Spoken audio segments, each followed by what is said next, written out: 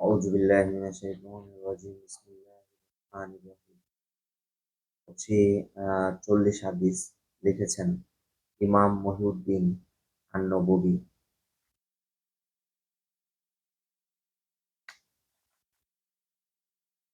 সমস্ত কাজের ফলাফল নিয়তের উপরে নির্ভরশীল। আমিরুল মুমিনিন আবু হাফস উমার ইবনুল খাত্তাব রাদিয়াল্লাহু তাআলা আনহু থেকে বর্ণিত, তিনি বলেন, আমি রাসূলুল্লাহ সাল্লাল্লাহু আলাইহি সাল্লামকে ইরশাদ করতে শুনেছি, সমস্ত কাজের ফলাফল তার নিয়তের উপরে নির্ভরশীল হবে। প্রত্যেকেই যে নিয়তে কাজ করবে সে তাই প্রতিদান পাবে। কাজেই যার হিজরত আল্লাহ ও তার রাসূলের সন্তুষ্টি লাভের জন্য হয়েছে, তার হিজরত আল্লাহর ও তার রাসূলের জন্যই হয়েছে বলে গণ্য। আর যে কোনো পার্থিব স্বার্থসিদ্ধির জন্য বা কোনো নারীকে বিয়ে করার উদ্দেশ্যে নিয়ে হিজরত করে, তার হিজরত ওই উদ্দেশ্যে হয়েছে বলে পরিগণিত হবে। দ্বীনের স্তর: ঈমান, ইসলাম ও ইহসান। উমার ইবনুল খাত্তাব রাদিয়াল্লাহু তাআলা আনহু থেকে বর্ণিত, তিনি বলেন, আমরা একদিন রাসূলুল্লাহ সাল্লাল্লাহু আলাইহি সাল্লামের খেদমতে উপস্থিত ছিলাম। তখন একজন লোক আসলেন, যার পরনের কাপড় ছিল ধবধবে সাদা এবং চুল ছিল কুচকুচে কালো। লোকটির মধ্যে সফর বা ভ্রমণের লেশমাত্র চিহ্ন ছিল না এবং আমরা কেউ তাকে চিনতেও পারিনি।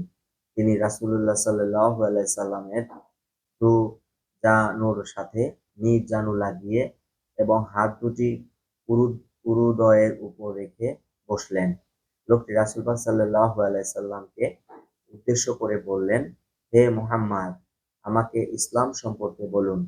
রাসূলুল্লাহ সাল্লাল্লাহু আলাইহি সাল্লাম উত্তরে বললেন, ইসলাম হলো তুমি সাক্ষ্য দেবে যে আল্লাহ ব্যতীত আর কোনো ইলাহ নেই এবং মুহাম্মদ সাল্লাল্লাহু আলাইহি সাল্লাম আল্লাহর প্রেরিত রাসূল। সালাত কায়েম করবে, যাকাত প্রদান করবে, রমজানের সাওম পালন করবে এবং সামর্থ্য থাকলে হজ আদায় করবে। লোকটি বললেন, আপনি সত্যি বলেছেন। উমর রাদিয়াল্লাহু তাআলা আনহু বলেন, লোকটির প্রশ্ন করা ও আবার জবাবে সমর্থন দেওয়ায় আমরা আশ্চর্যান্বিত হলাম। অতঃপর তিনি ঈমান কাকে বলে জানতে চাইলেন।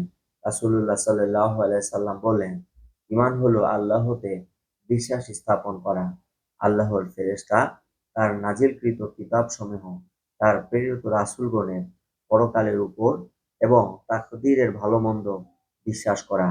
আগন্তুক লোকটি বললেন, আপনি সত্যি বলেছেন। অতঃপর লোকটি ইহসান সম্বন্ধে জানতে চাইলেন। রাসূল পাক সাল্লাল্লাহু আলাইহি সাল্লাম বললেন, ইহসান হলো আল্লাহর ইবাদত এমনভাবে সম্পূর্ণ করো যেন তুমি আল্লাহকে দেখছো, আর তুমি যদি তাকে দেখতে নাও পাও কিন্তু তিনি তোমাকে দেখছেন, এই বিশ্বাস অন্তরে পোষণ করা।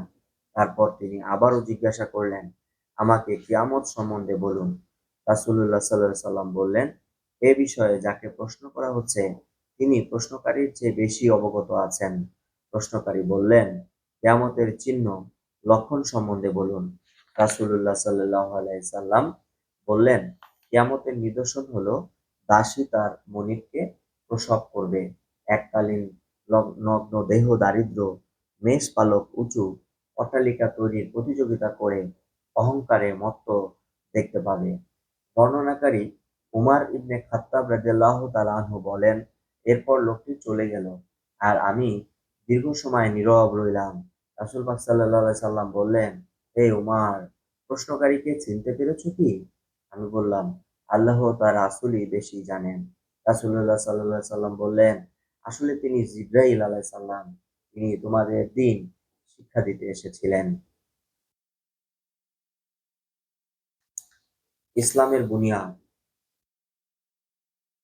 আব্দুল্লাহ ইবনে উমার ইবনুল খাত্তাব রাদিয়াল্লাহু তাআলা আনহু বলেন, আমি রাসূলুল্লাহ সাল্লাল্লাহু আলাইহি সাল্লামকে ইরশাদ করতে শুনেছি, ইসলামের বুনিয়াদ পাঁচটি রাখা হয়েছে, ঘোষণা করা হয়েছে, আল্লাহ ব্যতীত কোনো ইলাহ উপাস্য নেই এবং মুহাম্মদ সাল্লাল্লাহু আলাইহি সাল্লাম আল্লাহর প্রেরিত রাসূল।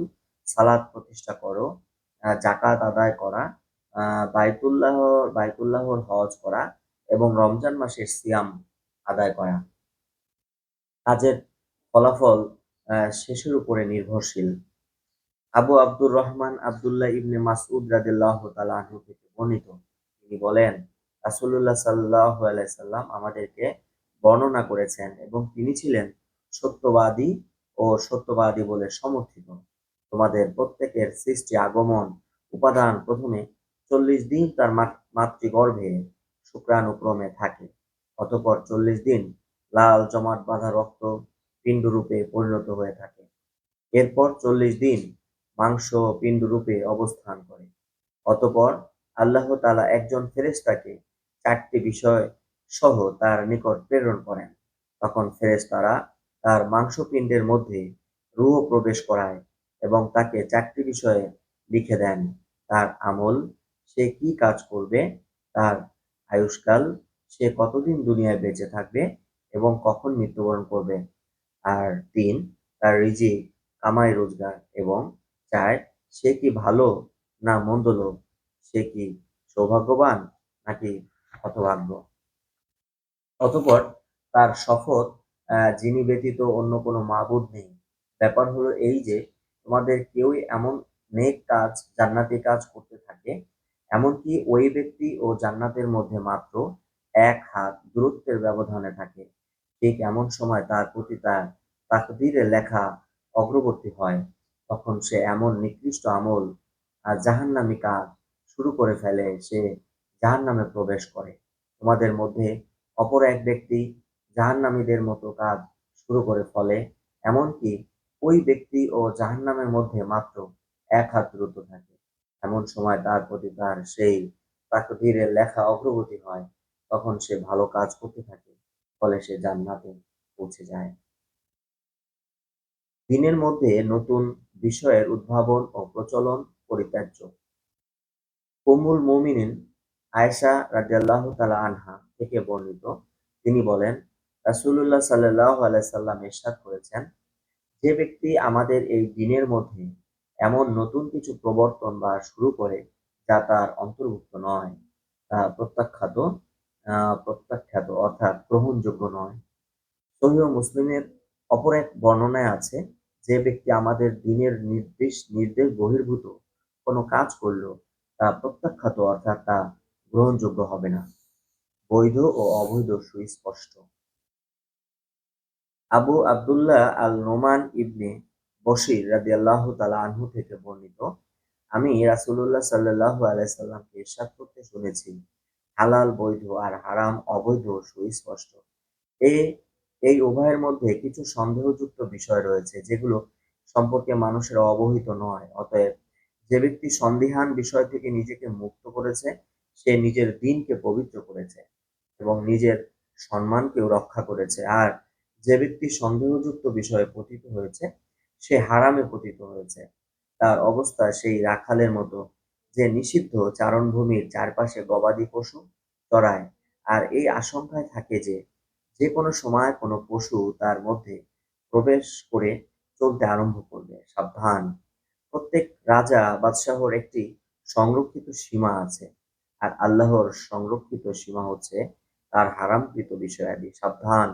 নিশ্চয়ই শরীরের মধ্যে এক টুকরো মাংসপিণ্ড আছে, যখন তা ঠিক থাকে তখন সমস্ত শরীর ঠিক থাকে, আর যখন তা নষ্ট হয়ে যায় তখন গোটা শরীর নষ্ট হয়ে যায়, আর এটা হচ্ছে হৃৎপিণ্ড। দ্বীন, সৎ পরামর্শ ও নিষ্ঠার নাম। আবু রুকাইয়াহ তামিম আদ-দারি রাদিয়াল্লাহু তাআলা আনহু থেকে বর্ণিত, নবী করিম সাল্লাল্লাহু আলাইহি সাল্লাম ইরশাদ করেছেন, দ্বীন হচ্ছে শুভকামনা। আমরা জিজ্ঞাসা করলাম, কার জন্য? রাসূলুল্লাহ সাল্লাল্লাহু আলাইহি সাল্লাম বললেন, আল্লাহর প্রতি, তার কিতাবের প্রতি, তার রাসূলের প্রতি, মুসলিম নেতাদের প্রতি এবং সকল মুসলিমের জন্য। আরবি শব্দ আন-নাসিহা এর বিভিন্ন অর্থ রয়েছে। এগুলো হলো ভালোভাবে সম্পাদন করা, ন্যায় নীতি অনুসরণ করা, আন্তরিকতার সাথে করা ইত্যাদি। মুসলমানের মর্যাদা। আব্দুল্লাহ ইবনে ওমর রাদিয়াল্লাহু তাআলা আনহু থেকে বর্ণিত, রাসূল পাক সাল্লাল্লাহু আলাইহি সাল্লাম ইরশাদ করেছেন, আমাকে হুকুম দেওয়া হয়েছে ততক্ষণ পর্যন্ত মানুষের সঙ্গে লড়াই করবে, যতক্ষণ পর্যন্ত না তারা এ কথার সাক্ষী দেয় যে আল্লাহ ব্যতীত আর কোনো সত্য ইলাহ নেই এবং মুহাম্মদ সাল্লাল্লাহু আলাইহি সাল্লাম আল্লাহর প্রেরিত রাসূল। আর তারা সালাত কায়েম করে ও যাকাত প্রদান করে। তারা যদি এরূপ কাজ করে তবে তারা আমার হাত থেকে নিজেদের জীবন সম্পদ রক্ষা করে নেবে। অবশ্য ইসলামের হক যদি তা দাবি করে তবে আলাদা কথা। আর তাদের হিসাব নেওয়ার দায়িত্ব আল্লাহর উপরে ন্যস্ত। সামর্থ্য অনুসারে নির্দেশ পালন করা। আবু হুরায়রা আব্দুর রহমান ইবনে সাখর রাদিয়াল্লাহু তাআলা আনহু থেকে বর্ণিত, তিনি বলেছেন, আমি রাসূলুল্লাহ সাল্লাল্লাহু আলাইহি সাল্লামকে ইরশাদ করতে শুনেছি, আমি তোমাদেরকে যেসব বিষয় নিষেধ করেছি তা থেকে বিরত থাকো, আর যেসব বিষয় আদেশ করেছি যথাসম্ভব তা সঠিকভাবে পালন করো। বেশি বেশি প্রশ্ন করা আর নবী রাসূলদের সাথে মতবিরোধ করা তোমাদের পূর্ববর্তী সম্প্রদায়কে ধ্বংস করে দিয়েছে।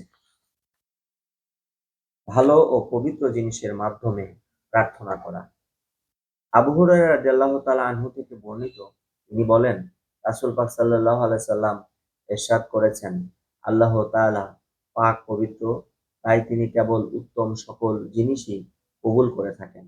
আল্লাহ তাআলা মুমিনদের ওই কাজই করার হুকুম দিয়েছেন যা করার হুকুম তিনি রাসূলদেরকেও দিয়েছেন। আল্লাহ তাআলা বলেছেন, হে রাসূলগণ, পাক পবিত্র জিনিস আহার করুন এবং উত্তম আমল করুন। আল্লাহ তাআলা আরো বলেছেন, হে মুমিনগণ, আমরা তোমাদের যে উত্তম জীবিকা দান করেছি তা থেকে আহার করো। তারপর রাসূলুল্লাহ সাল্লাল্লাহু আলাইহি সাল্লাম এমন এক ব্যক্তির কথা উল্লেখ করলেন, যে ব্যক্তি দীর্ঘ সফরে বের হয় এবং তার চুলগুলো এলোমেলো হয়ে আছে ও কাপড় ধুলোবালিতে ময়লাযুক্ত হয়ে আছে। অতঃপর সে দুই হাত আকাশের পানে উত্তোলন করে ও বলে, হে আমার রব, হে আমার রব, অথচ তার খাদ্য হারাম, তার পানীয় হারাম, তার পোশাক পরিচ্ছদ হারাম, সে হারামভাবে লালিত পালিত হয়েছে। এ অবস্থায় কেমন করে তার দোয়া কবুল হতে পারে? সন্দেহযুক্ত জিনিস ত্যাগ করা। আবু মুহাম্মদ হাসান ইবনে আলী ইবনে আবু তালিব রাদিয়াল্লাহু তাআলা আনহু, যিনি ছিলেন রাসূলুল্লাহ সাল্লাল্লাহু আলাইহি সাল্লামের অতি আদরের নাতি, তিনি বলেন, আমি রাসূলুল্লাহ সাল্লাল্লাহু আলাইহি সাল্লাম থেকে এই কথাগুলো মুখস্থ করেছি, যা তোমার সন্দেহে ফেলে দেয় তা ছেড়ে দিও, যা তোমার সন্দেহে ফেলে নাই তাই গ্রহণ করো। এটি তিরমিজি ২৫১৮, নাসাই ৫৭১১, মুসনাদে আহমদ ১৭২৩ থেকে বর্ণিত। ইমাম তিরমিজি রহমাতুল্লাহ এটিকে হাসান ও সহিহ বলেছেন। নিষিদ্ধ কাজ ত্যাগ করা। আবু হুরায়রা রাদিয়াল্লাহু তাআলা আনহু থেকে বর্ণিত, তিনি বলেন, রাসূলুল্লাহ সাল্লাল্লাহু আলাইহি সাল্লাম ইরশাদ করেছেন, হারাম কাজ ত্যাগ করাই একজন ব্যক্তির উত্তম ইসলাম। ঈমানের পরিপূর্ণতা। রাসূলুল্লাহ সাল্লাল্লাহু আলাইহি সাল্লামের খাদেম আবু হামজা আনাস ইবনে মালিক রাদিয়াল্লাহু তাআলা আনহু থেকে বর্ণিত, রাসূল পাক সাল্লাল্লাহু আলাইহি সাল্লাম ইরশাদ করেছেন, তোমাদের মধ্যে কেউ প্রকৃত ঈমানদার হতে পারবে না যতক্ষণ পর্যন্ত না সে তার ভাইয়ের জন্য তাই পছন্দ করবে যা সে নিজের জন্য পছন্দ করবে। মুসলমানের প্রাণদণ্ড সুরক্ষিত। আব্দুল্লাহ ইবনে মাসউদ রাদিয়াল্লাহু তাআলা আনহু থেকে বর্ণিত, তিনি বলেন, রাসূল পাক সাল্লাল্লাহু আলাইহি সাল্লাম ইরশাদ করেছেন, কোন মুসলিমের রক্ত তিনটি কারণ ব্যতীত বৈধ নয়: যদি বিবাহিত ব্যক্তি ব্যভিচার করে, আর যদি প্রাণের বিনিময়ে প্রাণ নিতে হয়, এবং যদি কেউ স্বীয় দ্বীন পরিত্যাগ করে মুসলিম জামায়াত থেকে আলাদা হয়ে যায়, অর্থাৎ মুরতাদ হয়ে যায়। ইসলামের অতিথি পরায়ণতা। আবু হুরায়রা রাদিয়াল্লাহু তাআলা আনহু হতে বর্ণিত, তিনি বলেন, রাসূলুল্লাহ সাল্লাল্লাহু আলাইহি সাল্লাম ইরশাদ করেছেন, যে ব্যক্তি আল্লাহ ও তার আখিরাতের উপরে ঈমান রাখে তার উচিত হয় উত্তম কথা বলা অথবা চুপ থাকা। আর যে ব্যক্তি আল্লাহ ও আখিরাতের উপরে ঈমান রাখে ওই ব্যক্তির উচিত আপন প্রতিবেশীর প্রতি সদয় হওয়া বা সম্মান করা। আর যে ব্যক্তি আল্লাহ ও আখিরাতের উপরে ঈমান রাখে তার উচিত আপন অতিথির সম্মান করা, ক্রোধ সংবরণ বা নিয়ন্ত্রণ করা। আবু হুরায়রা রাদিয়াল্লাহু তাআলা বলেন, একদা এক ব্যক্তি রাসূলুল্লাহ সাল্লাল্লাহু আলাইহি সাল্লামকে বললেন, আমাকে কিছু উপদেশ দিন। রাসূলুল্লাহ সাল্লাল্লাহু আলাইহি সাল্লাম বললেন, রাগান্বিত হয়ো না। ইয়া রাসূলুল্লাহ, লোকটি বারবার একই প্রশ্ন করছিল। রাসূলুল্লাহ সাল্লাল্লাহু আলাইহি সাল্লাম বারবার তাকে একই উপদেশ দিচ্ছিলেন, রাগান্বিত হয়ো না। সকল কাজে সর্বোত্তম পন্থা অবলম্বন করো। আবু আবু ইয়ালা সাদ্দাত ইবনে আউস রাদিয়াল্লাহু তাআলা আনহু থেকে বর্ণিত, রাসূল পাক সাল্লাল্লাহু আলাইহি সাল্লাম বলেন, আল্লাহ তাআলা সকল কাজকে সুষ্ঠু ও উত্তমভাবে সম্পূর্ণ করার আদেশ দিয়েছেন। কাজেই যখন তোমরা কোনো জন্তুকে হত্যা করবে, তখন ভালোভাবে হত্যা করবে। আর যখন জবাই করবে, তখন উত্তমভাবে জবাই করো। প্রত্যেকের উচিত তার নিজের ছুরিতে উত্তমভাবে ধার দেওয়া এবং জবাই করা আরাম জন্তুকে আরাম দেওয়া। উত্তম স্বভাব ও সচ্চরিত্র। আবু যার জুনদুব ইবনে জুনাদাহ এবং আবু আব্দুর রহমান মুআজ ইবনে জাবাল রাদিয়াল্লাহু তাআলা আনহু থেকে বর্ণিত, তারা বলেন, রাসূলুল্লাহ সাল্লাল্লাহু আলাইহি সাল্লাম ইরশাদ করেছেন, তুমি যেখানে যে অবস্থায় থাকো না কেন, আল্লাহকে ভয় করো এবং প্রত্যেক মন্দ কাজের পর উত্তম কাজ করো, যা তাকে ছুড়ে দেবে। আর মানুষের সাথে উত্তম ব্যবহার করো। ইমাম তিরমিজি বলেছেন, এটি একটি হাসান হাদিস। কোনো সংকলনে এটিকে হাসান সহিহ বলে উল্লেখ করেছেন। তাকদীরের প্রতি বিশ্বাস স্থাপন। আবুল আব্বাস আব্দুল্লাহ ইবনে আব্বাস রাদিয়াল্লাহু তাআলা আনহু বর্ণনা করেছেন, একদিন আমি রাসূলুল্লাহ সাল্লাল্লাহু আলাইহি সাল্লামের পেছনে ছিলাম। তিনি আমাকে বললেন, হে যুবক, আমি তোমাকে কয়েকটি নীতি কথা শোনাবো। তুমি আল্লাহকে স্মরণ করবে, তো আল্লাহ তোমাকে রক্ষা করবেন। আল্লাহকে স্মরণ করলে তাকে তোমার সামনেই পাবে। যখন কোনো কিছু চাইবে তো আল্লাহর কাছেই চাইবে। যখন কোনো সাহায্য চাইবে তা আল্লাহর কাছে চাইবে। জেনে রাখো, সমস্ত মানুষ যদি তোমার কোনো উপকার করতে চায়, আল্লাহ তোমার জন্য যা নির্ধারণ করে দিয়েছেন তার বেশি কোনো উপকার করতে পারবে না। আর সমস্ত মানুষ যদি তোমার কোনো ক্ষতি করতে চায়, তবে আল্লাহ তোমার জন্য যা নির্দিষ্ট করে দিয়েছেন তা ব্যতীত আর কোনো ক্ষতি করতে পারবে না। তাকদীর নামার কলম তুলে নেওয়া হয়েছে এবং লেখার পৃষ্ঠা শুকিয়ে গেছে। তিরমিজি ব্যতীত অন্য বর্ণনায় বলা হয়েছে, আল্লাহকে স্মরণ করবে তো তাকে তোমার সম্মুখে পাবে। তুমি সামর্থ্যবান অবস্থায় আল্লাহকে স্মরণ করবে তো তিনি তোমাকে অসচ্ছল অবস্থায় স্মরণ করবে। মনে রেখো, যা তুমি পেলে না তা কখনোই পেয়ে থাকতে না। আরো জেনে রাখো, ধৈর্য ধারণের ফলে আল্লাহর সাহায্য পাওয়া যায়। কষ্টের পর স্বাচ্ছন্দ্য আসে, কঠিন অবস্থার পর সচ্ছলতা আসে। লজ্জা ঈমানের অঙ্গ। আবু মাসউদ ইবনু উকবাহ ইবনে আমর আল আনসারী আল বদরি বদর যুদ্ধে অংশগ্রহণকারী, রাসূলুল্লাহ সাল্লাল্লাহু আলাইহি সাল্লাম থেকে বর্ণিত, রাসূল পাক সাল্লাল্লাহু আলাইহি সাল্লামের ইরশাদ করেছেন, অতীতের নবীগণের কাছ থেকে মানুষ এ কথা জানতে পেরেছে, তোমার যদি লজ্জা না থাকে তাহলে যা ইচ্ছা তাই করতে পারো। আল্লাহর প্রতি অবিচলতা। সুফিয়ান ইবনে আব্দুল্লাহ সাকাফি রাদিয়াল্লাহু তাআলা আনহু বর্ণনা করেছেন, আমি বললাম, হে আল্লাহর রাসূল সাল্লাল্লাহু আলাইহি সাল্লাম, আমাকে ইসলাম সম্পর্কে এমন কিছু বাণী বলে দিন যেন আপনাকে ব্যতীত আর কারো কাছে কিছু জিজ্ঞাসা করার প্রয়োজন না হয়। তিনি বলেন, বলো, আমি আল্লাহর প্রতি ঈমান এনেছি, তারপর এর উপরে অটল অবিচল থাকো। আবশ্যিক ফরজ কর্মে দৃঢ় থাকা।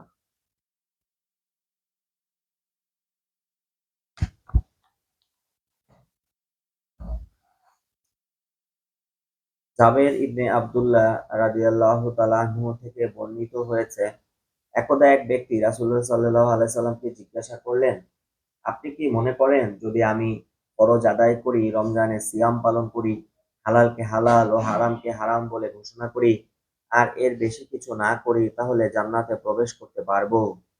তিনি বললেন, হ্যাঁ। অতঃপর লোকটি বলল, আল্লাহর শপথ, আমি এর উপরে নিজের পক্ষ থেকে কমও করব না, কিছু বাড়াবোও না।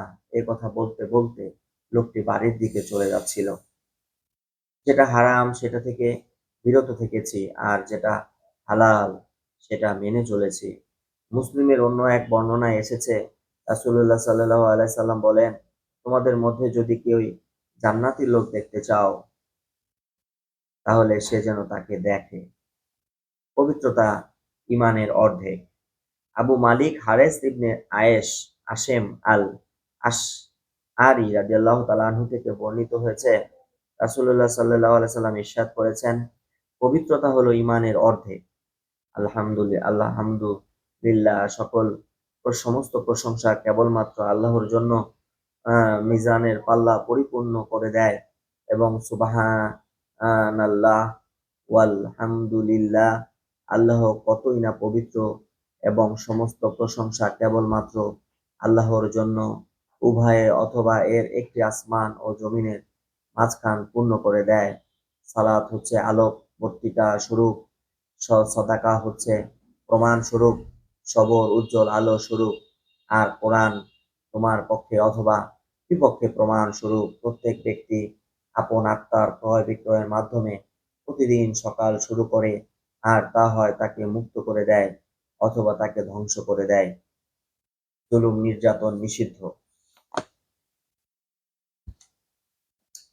আবু জার আল গিফারি রাদিয়াল্লাহু তাআলা আনহু হতে বর্ণিত, তিনি বলেন, রাসূল পাক সাল্লাল্লাহু আলাইহি সাল্লাম তার বরকতময় ও সুবহান রবের কাছ থেকে বর্ণনা করেন যে, আল্লাহ বলেন, হে আমার বান্দাগণ, আমি জুলুমকে আমার উপরে হারাম করে দিয়েছি, অতএব তোমরা একে অপরের উপরে জুলুম করো না। হে আমার বান্দাগণ, আমি যাকে হেদায়েত দান করেছি সে ব্যতীত তোমরা সকলেই পথভ্রষ্ট, সুতরাং তোমরা আমার নিকট হেদায়েত চাও, আমি তোমাদের হেদায়েত দান করব। হে আমার বান্দাগণ, আমি যাকে অন্ন দান করেছি সে ব্যতীত তোমরা সকলেই ক্ষুধার্ত, সুতরাং আমার নিকট তোমরা খাদ্য চাও, আমি তোমাদের সকলকে খাদ্য দান করব। হে আমার বান্দাগণ, তোমরা সবাই বিবস্ত্র, সে ব্যতীত যাকে আমি কাপড় পরিয়েছি, সুতরাং আমার নিকট বস্ত্র চাও, আমি তোমাদের বস্ত্র দান করব। হে আমার বান্দাগণ, তোমরা রাত দিন গুনাহ করে চলেছ, আর তোমাদের গুনাহ আমি ক্ষমা করে দেই, সুতরাং আমার নিকট ক্ষমা প্রার্থনা করো, আমি তোমাদের ক্ষমা করে দেব। হে আমার বান্দাগণ, তোমরা কখনোই আমার ক্ষতি সাধন করার সামর্থ্য রাখো না যে আমার ক্ষতি করবে, আর তোমরা কখনোই আমার ভালো করার ক্ষমতা রাখো না যে আমার ভালো করবে। হে আমার বান্দাগণ, তোমরা পৃথিবীর প্রথম থেকে শেষ পর্যন্ত সকল মানুষ ও জিন যদি তোমাদের মধ্যে সবচেয়ে বড় মুত্তাকি ও পরহেজগার ব্যক্তির হৃদয়ের মতো হয়ে যায়, তবে তা আমার রাজত্বে কিছুই বৃদ্ধি করবে না। হে আমার বান্দাগণ, তোমাদের পৃথিবীর প্রথম থেকে শেষ পর্যন্ত সকল মানুষ ও জিন যদি তোমাদের মধ্যে সবচেয়ে পাপী ব্যক্তির হৃদয়ের মতো হয়ে যায়, তবে তা আমার রাজত্বে কিছুই কমাতে পারবে না। হে আমার বান্দাগণ, তোমাদের পূর্বের ও তোমাদের পরের সকলে, তোমাদের সকল মানুষ ও তোমাদের সকল জিন যদি সবাই একই ময়দানে দাঁড়িয়ে আমার নিকট চায় এবং আমি সকলের চাওয়া পূরণ করে দেই, তবে আমার নিকট যা আছে তাতে সমুদ্রে এক সুই রাখলে যতটা কম হয়ে যায়, তা ব্যতীত আর কিছুই কম হতে পারে না। হে আমার বান্দাগণ, আমি তোমাদের আমলকে তোমাদের জন্য গণনা করে রাখি, আর তার পুরোপুরি প্রতিফল তোমাদের দিয়ে দেব। সুতরাং যে ব্যক্তি উত্তম প্রতিফল পাবে তার আল্লাহর প্রশংসা করা উচিত, আর যে তার বিপরীত ফল পাবে তার শুধু নিজেকে তিরস্কার করা উচিত। ঈমানদারের সকল কর্ম সদাকা। আবু যার রাদিয়াল্লাহু তাআলা আনহু থেকে বর্ণিত, তিনি বলেন, রাসূলুল্লাহ সাল্লাল্লাহু আলাইহি সাল্লামের কিছু সাহাবী নবীকে বলেন, হে আল্লাহর রাসূল সাল্লাল্লাহু আলাইহি সাল্লাম, বিত্তবান লোকেরা প্রতিফল ও সওয়াবের কাজে এগিয়ে গেছে, আমরা সালাত করি, তারাও সেরকম সালাত করে, আমরা সিয়াম পালন করি, তারাও সেরকম সিয়াম পালন করে, তারা প্রয়োজনের অতিরিক্ত অর্থ সদাকা করে। তিনি বলেন, আল্লাহ কি তোমাদের জন্য সদাকা স্বরূপ এমন জিনিস রাখেননি যে তোমরা সদাকা করতে পারো? প্রত্যেক তাসবিহ সদাকা, প্রত্যেক তাহমিদ আলহামদুলিল্লাহ হচ্ছে সদাকা, প্রত্যেক তাহলিল লা ইলাহা ইল্লাল্লাহ হচ্ছে সদাকা, প্রত্যেক ভালো কাজের হুকুম দেওয়া হচ্ছে সদাকা, এবং মন্দ কাজ থেকে বিরত রাখা হচ্ছে সদাকা। আর তোমাদের প্রত্যেকে আপন স্ত্রীর সাথে সহবাস করাও হচ্ছে সদাকা। তারা জিজ্ঞাসা করেন, হে আল্লাহর রাসূল সাল্লাল্লাহু আলাইহি সাল্লাম, আমাদের মধ্যে কেউ যখন যৌন আকাঙ্ক্ষা সহকারে স্ত্রীর সাথে সম্ভোগ করে তাতেও কি সওয়াব হবে? তিনি বলেন, তোমরা কি দেখো না, যখন সে হারাম পদ্ধতিতে তা করে তখন সে গুনাহগার হয় কিনা? সুতরাং অনুরূপভাবে যখন সে ওই কাজ বৈধ পন্থায় করে তখন সে তার জন্য প্রতিফল ও সওয়াব পাবে। ছোটখাটো কাজ ও সদাকা। আবু হুরায়রা রাদিয়াল্লাহু তাআলা আনহু থেকে বর্ণিত, তিনি বলেন, রাসূলুল্লাহ সাল্লাল্লাহু আলাইহি সাল্লাম ইরশাদ করেছেন, প্রত্যহ যখন সূর্য ওঠে মানুষের শরীরের প্রত্যেক গ্রন্থির সদাকা দেয়া অবশ্যই কর্তব্য। দুজন মানুষের মাঝে ইনসাফ করা সদাকা। কোন আরোহীকে তার বাহনের উপরে আরোহণ করতে বা তার উপরে বোঝা ওঠাতে সাহায্য করা হচ্ছে সদাকা। উত্তম উত্তম কথা হচ্ছে সদাকা। সালাতের উদ্দেশ্য বাহির হওয়া প্রত্যেক পদক্ষেপ হচ্ছে সদাকা, এবং কষ্টদায়ক জিনিস রাস্তা থেকে সরানো হচ্ছে সদাকা। পাপ পুণ্যে সংজ্ঞা।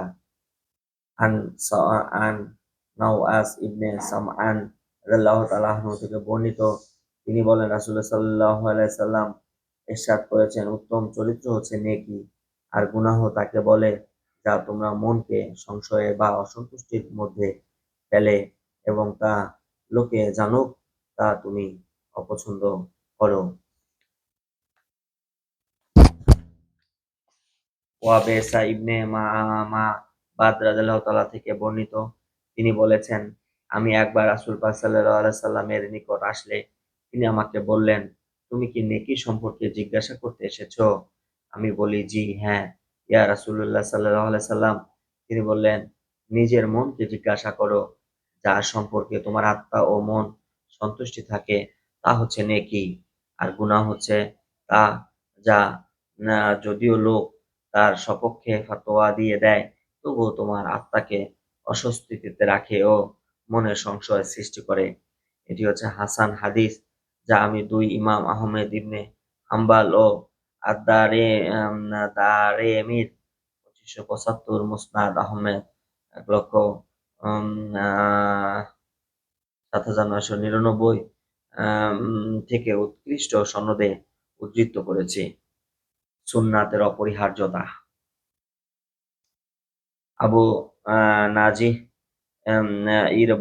ইরবাজ ইবনে সারিয়া রাদিয়াল্লাহু তাআলা আনহু হতে বর্ণিত, তিনি বলেন, রাসূল পাক সাল্লাল্লাহু আলাইহি সাল্লাম রাগান্বিত ভাষায় আমাদের কতিপয় উপদেশ দিলেন। এতে আমাদের সকলের হৃদয় গলে গেল এবং চোখ দিয়ে পানি ঝরতে লাগলো। আমরা বললাম, ইয়া রাসূলুল্লাহ সাল্লাল্লাহু আলাইহি সাল্লাম, এটা তো বিদায়ী উপদেশের মতো, কাজেই আমাদের আরো অন্তিম উপদেশ দিন। তিনি বলেন, আল্লাহকে ভয় করার জন্য তোমাদের আমি উপদেশ দিচ্ছি, আর তোমাদের উপরে হাবশী গোলাম শাসনকর্তা নিযুক্ত হলেও তার কথা তোমরা শোনা ও তার আনুগত্য করার উপদেশ দিচ্ছি। আর তোমাদের কেউ জীবিত থাকলে সে বহু মতভেদ দেখতে পাবে, তখন আমার সুন্নাহ এবং হেদায়েতপ্রাপ্ত খুলাফায়ে রাশিদিনের সুন্নাহ অনুসরণ করা হবে তোমাদের জন্য অপরিহার্য কর্তব্য। এই এই সুন্নাহকে তোমরা মজবুতভাবে আঁকড়ে ধরো এবং সমস্ত পরিত্যাজ্য বিষয় থেকে বিরত থাকো, কেননা প্রতিটি বিদআতই পথভ্রষ্টতা। এই হাদিসটি উদ্ধৃত করেছেন এবং ইমাম তিরমিজি একে হাসান ও সহিহ আখ্যা দিয়েছেন। নোট ১, সুন্নাহর আসল অর্থ হলো কোনো পথ বা পন্থাকে অনুসরণ করা। এটি এখানে একটি ধর্মীয় পরিভাষা হিসাবে ব্যবহৃত হয়েছে। এর মানে রাসূলুল্লাহ সাল্লাল্লাহু আলাইহি সাল্লামের কথা, কাজ ও অনুমোদন যা আমাদের নিকট এসেছে তা সঠিকভাবে অনুসরণ করা প্রত্যেক উম্মতে মুহাম্মাদের উপরে অবশ্যই কর্তব্য। এটি হলো ইসলামের প্রথম ৪ খলিফা উপাধি আবু বকর, ওমর, উসমান এবং আলী রাদিয়াল্লাহু তাআলা আনহু এবং সাধারণ মুসলিম খলিফাদের এখানে বোঝানো হয়েছে। নৈকট্য অর্জনের উপায়।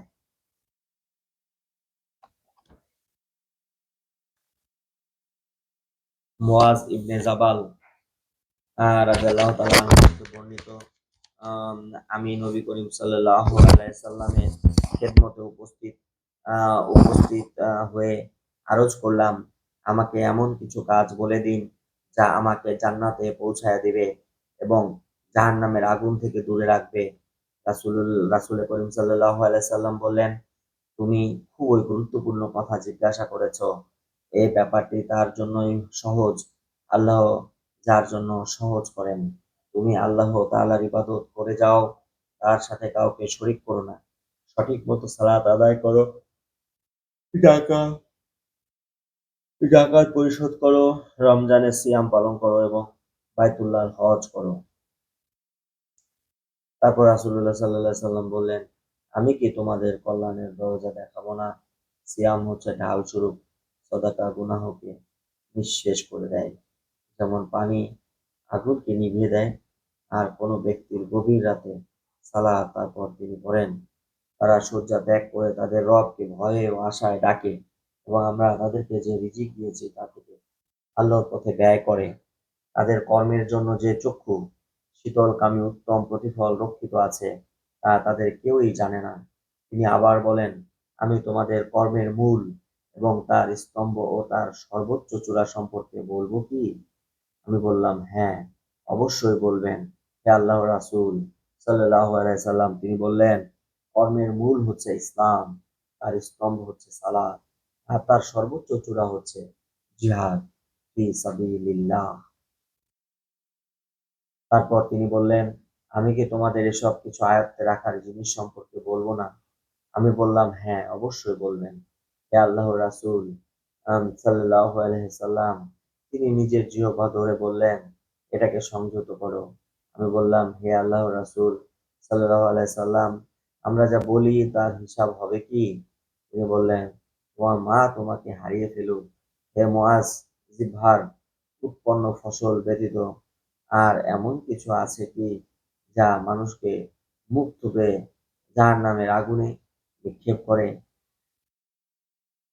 শরীয়তের সীমা সংরক্ষিত। 40 হাদিস থেকে এই ভিডিওতে পড়লাম 1 থেকে 29 আম হাদিস।